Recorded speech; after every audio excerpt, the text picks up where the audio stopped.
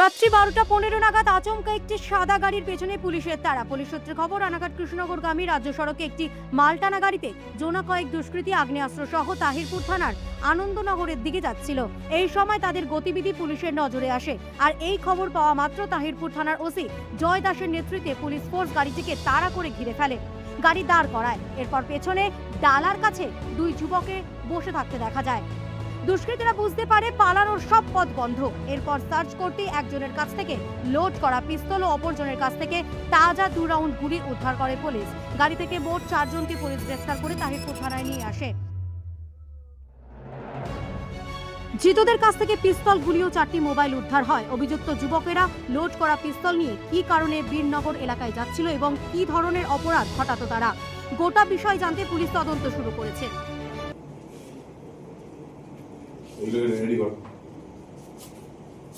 সবার ইয়ে কর।